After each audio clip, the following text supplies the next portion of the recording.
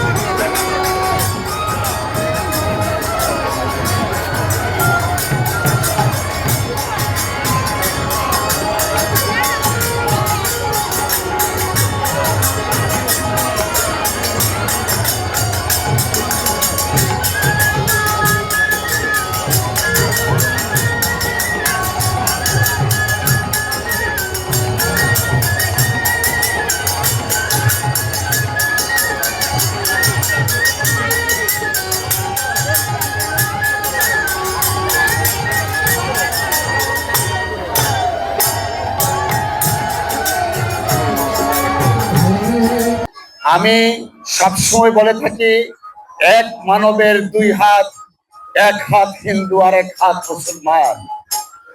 আমরা জাতি ধর্ম বর্ণ নির্বিশেষে আমাদের এই প্রিয় দুর্গাপুরকে গড়ে তুলতে চাই। আর এই দুর্গাপুরকে গড়ে তোলার জন্য আপনারা আজকে যারা এখানে সমবেত হয়েছেন প্রত্যেকের অংশগ্রহণ একান্তভাবে আমি কামনা করছি। একটা কথা আমি সকলের বিনয়ের সাথে জ্ঞাতার্থে জানাতে চাই, আমি আমার নির্বাচনের আগেও বলেছি, এখনো বলছি, আমাদের এই দুর্গাপুর কলমাকান্দার কোনো সংখ্যালঘু বা সংখ্যাগুরু সম্প্রদায় নয়।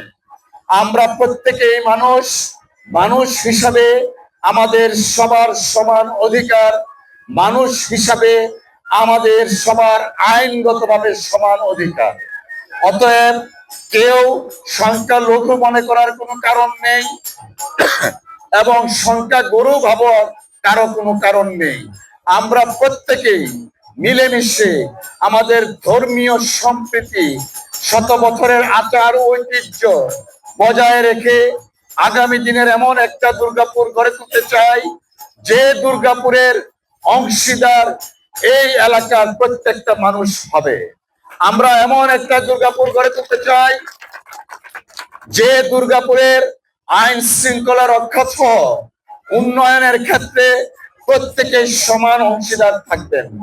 এইখানে উন্নয়নের ক্ষেত্রে কে হিন্দু, কে মুসলমান, কে বৌদ্ধ, কে খ্রিস্টান তা কখনো বিবেচনা করা হবে না। আমি আশ্বস্ত করতে চাই, এই মন্দির শত শত বৎসরের ঐতিহ্য বহন করে চলছে। মন্দির উন্নয়ন তথা আমাদের আরো রামকৃষ্ণ মিশন, আশ্রম, যে সমস্ত প্রতিষ্ঠানগুলো আছে, আমি সমতার ভিত্তিতে সবার উন্নয়নের অংশীদার হব। যে কারণে আমি বলি কোন সংখ্যালঘু বা সংখ্যাগুরু নয়। আমি আজকের এই মহতী অনুষ্ঠানের মাধ্যমে আপনাদের সকলের প্রতি কৃতজ্ঞতা জ্ঞাপন করছি। আপনারা আপনাদের মূল্যবান ভোটের মাধ্যমে আজকে সংসদে পাঠিয়ে এমপি বানিয়েছিলেন বিধায় আজকে মন্ত্রী হিসাবে আপনাদের সামনে আমি আসতে পেরেছি। অতএব এই এমপি বা মন্ত্রিত্বের অংশীদার আপনারা প্রত্যেকেই। এটা কারো কোনো একা না। আপনারা প্রত্যেকে এই এলাকার জন্য মন্ত্রী, এই এলাকার জন্য আপনারা এমপি। আমরা আজকের দিনে শপথ নিব, প্রত্যেকেই এক কাঁধে কাঁধে মিলে আমরা একসঙ্গে কাজ করব, যেন আমাদের এই দুর্গাপুরের মাটি আমাদের প্রত্যেকে অংশীদার। কে হিন্দু কে মুসলমান সেই পার্থক্য আমরা বিবেচনা করব না এবং কাউকে করতে দিব না। সকলের প্রতি আবারও কৃতজ্ঞতা জানাচ্ছি।